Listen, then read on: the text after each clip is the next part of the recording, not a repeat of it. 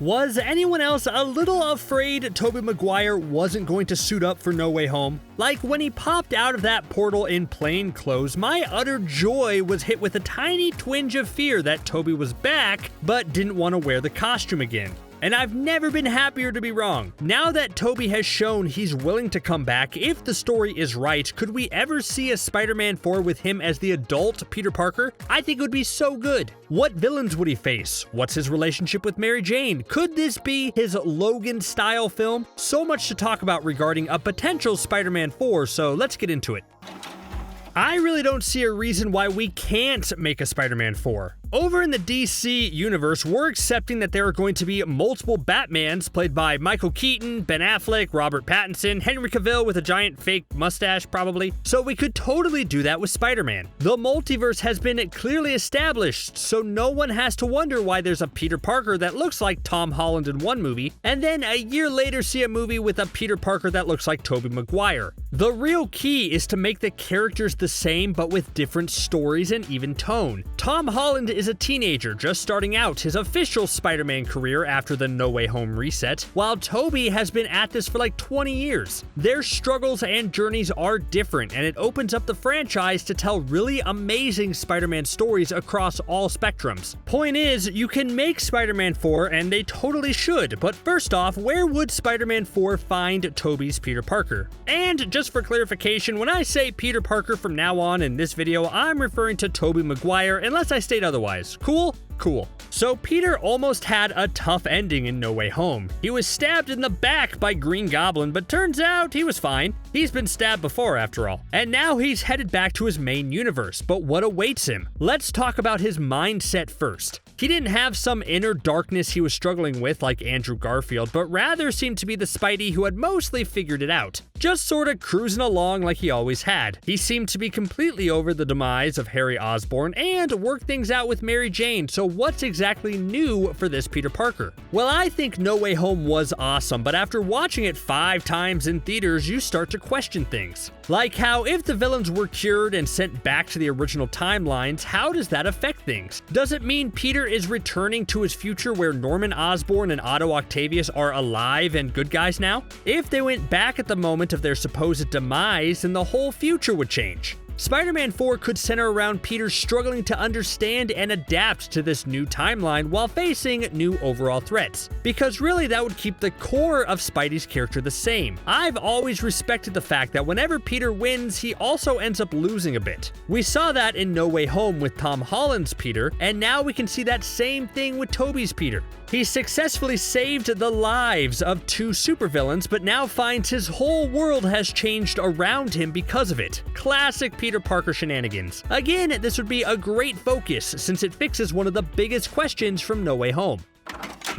Of course, with any discussion regarding Spider-Man 4, I'd be remiss if I didn't at least talk about the original plans for Spider-Man 4 and how those could still be adapted in some way. Everyone knows that after the disappointing Spider-Man 3, plans were set for a 4th film, but behind-the-scenes issues caused the project to be scrapped and then later rebooted with Andrew Garfield. But the project was actually sort of far along. Like, it's just being reported now that a full script was completed for Spider-Man 4, so it wasn't just some flimsy idea. Plot-wise, the big news from Spider-Man 4 was that John Malkovich was in serious talks to play the Vulture, and Hathaway was rumored to be up for the part of Black Cat, and that Bruce Campbell, who had played different characters in all 3 previous films, would have scenes revealing himself to be Quentin Beck, aka Mysterio. I think any of those plot lines in today's Spider-Man 4 wouldn't work as well. Michael Keaton owns it as Adrian Toomes in the MCU, and Black Cat honestly feels like a character that fits better right now with Tom Holland or Andrew Garfield. That's the one issue that I'll bring up with a potential Spider-Man 4. It becomes a little harder to tell stories with certain characters because they were done elsewhere. For example, I know the Raimi movies were gearing up for Dylan Baker to eventually become the Lizard, but I don't think that story could be told anymore because of Garfield's movie and because of No Way Home. It becomes a question of who's left to introduce and how can we make this different enough from the other movies. But oh, you could totally keep Bruce Campbell as Mysterio, that's no problem.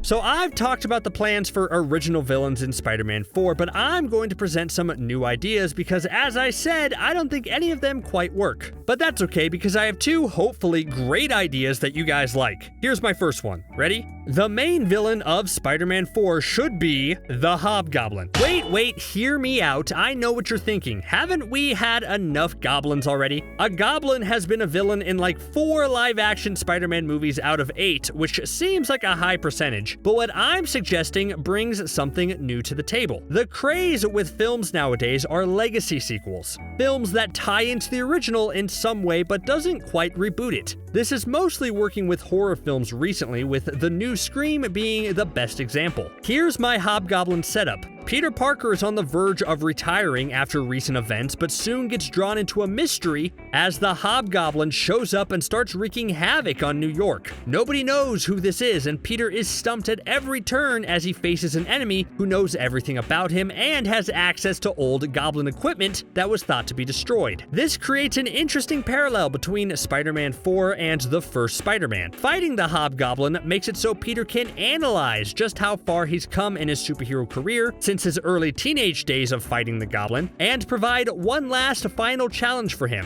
It creates a perfect bookend. But let's say that can't work out. Let's say that the Hobgoblin is being saved for the MCU, where Ned can become the Hobgoblin as a way to keep Ned and MJ in Tom Holland's movies. Do I have a backup plan? Actually, I do. Agent Venom. Now again, hear me out. Agent Venom does a few things for Spider-Man 4. Most importantly, it can basically be the ultimate retcon of Spider-Man 3. Yes, everyone knows that Spider-Man 3 sunk the Spidey franchise because it introduced Venom way too early and basically ruined him. And now Tom Hardy is off diving in lobster tanks and being in love with his Venom symbiote, basically doing his own thing, so Tobey's Peter doesn't need to fight him. Making Agent Venom the main villain of Spider-Man 4 allows the other films in the multiverse to still operate on their own, while giving Peter another chance to fight the symbiote properly this time. You can redeem all the bad Venom stuff in Spider-Man 3 in Spider-Man 4 by focusing on this fight, and guess what? You have the perfect actor to play him. Joe Manganiello played Flash Thompson in Raimi's movies, and the dude is perfect to play an intimidating soldier infected by alien goo. The dude deserves a chance to actually have a solid part to play in a superhero movie after the whole DCEU debacle with Deathstroke, and pitting him as Agent Venom against the older Peter Parker would be another perfect way to end the series. Gosh, what do you think? Hobgoblin or Agent Venom? Who should Peter fight in Spider-Man 4?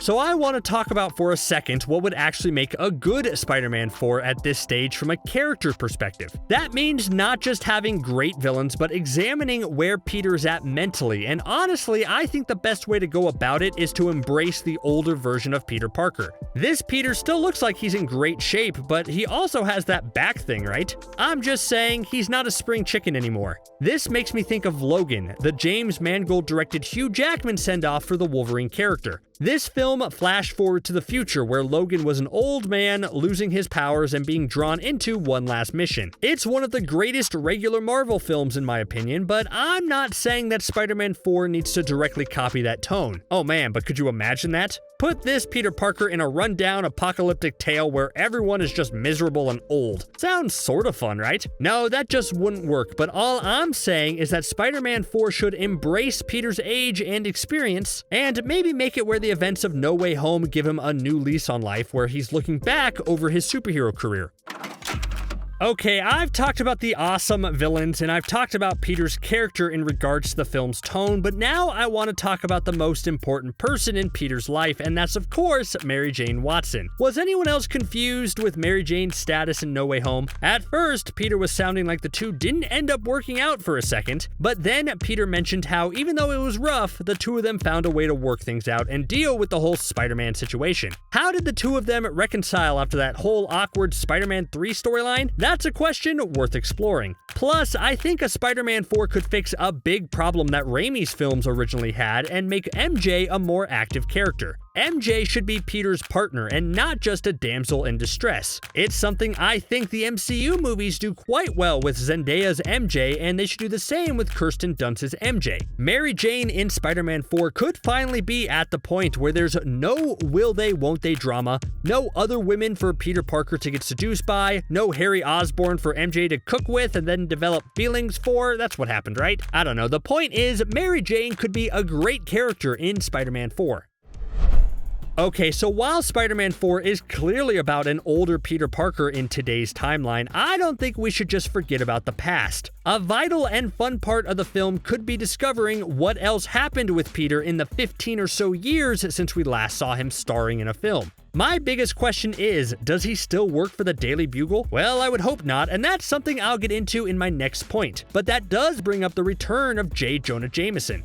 Look, I'll be honest, as much as I love that J.K. Simmons is Jameson in the MCU, this new version of the character just isn't as enjoyable as the Raimi version. Yes, it fits with the tone, but the cartoonish aspect that we all loved in the Raimi films is now gone, and I miss that. Which means Spider-Man 4 can also give us an update on where the better Jameson is. Like, how about this? What if the Raimi version of J. Jonah Jameson became mayor during the gap, and that's where we find the character in Spider-Man 4? That sounds amazing, doesn't it?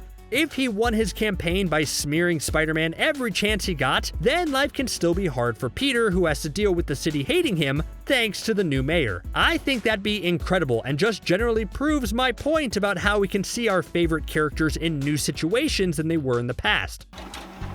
I mentioned I didn't want Peter working for the Daily Bugle anymore, and here's why. I sorta want to see him running a big corporation like Parker Industries. That would be such a fun change for a character who's always struggling. And once again, I think I have an interesting idea on how to wring the best story out of that. So Parker Industries in the comics came into existence when Otto Octavius was in control of Peter's body and decided he didn't want to be just a plain average Joe anymore. So when Peter got his body back, he found out that he was the head of this massive aerospace, defense, security, and advanced technologies company. The first thing Peter decided to do when he got his body back is still be in control of the company, but use the company's efforts to cure bad guys like Electro and develop a supervillain prison. Now, do you kind of see where I'm going with this? Spider-Man 4 could adapt this perfectly. Remember how I started this saying Peter could potentially return to find his timeline changed thanks to the curing of Norman Osborn and Otto Octavius? Well, what if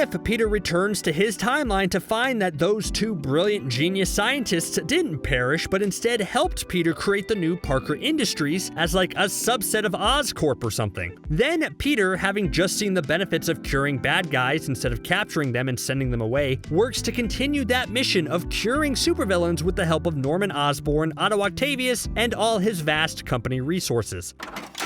Could a Spider-Man 4 ever actually be made? Well, I don't want to give up hope. I mean, all the pieces seem to be there. Sam Raimi is now officially part of the MCU family with his directing of Doctor Strange in the Multiverse of Madness, which is awesome. There's actually a lot riding on that movie though. If Raimi goes to Disney and Sony and says, hey, I actually want to make a Spider-Man 4 now, is that cool? Then they'll look at the reviews and box office of Multiverse of Madness to make a decision. If the Doctor Strange sequel is universally praised and Raimi's directing style is heralded as an awesome cinematic achievement, and the film makes close to $1 billion, then yeah, the companies will be more likely to greenlight a Spider-Man 4. If Multiverse of Madness is deemed too unruly, too disjointed, and is all over the place, then they might think twice. Tobey Maguire seems like the type of actor who wouldn't come back without a great story, but I think he could be enticed. Same with Kirsten Dunst. But hey, I do have one final suggestion if that all doesn't work out. As much as I'd like to see this in live action, if the pieces just can't come together, then there's also no reason why it couldn't be an animated film. Look, it's no secret that Disney has been pushing Disney Plus and it wants to continue to pump out original content. So imagine if they make a Disney Plus exclusive animated film that brings back the voice cast and the writers and continues this Peter Parker story. Is it complicated because of the whole Sony deal? Sure, but imagine the possibility of seeing this continue in a new medium. Again, I'm just trying to make the point that we have a ton of options here, and I hope something comes from it.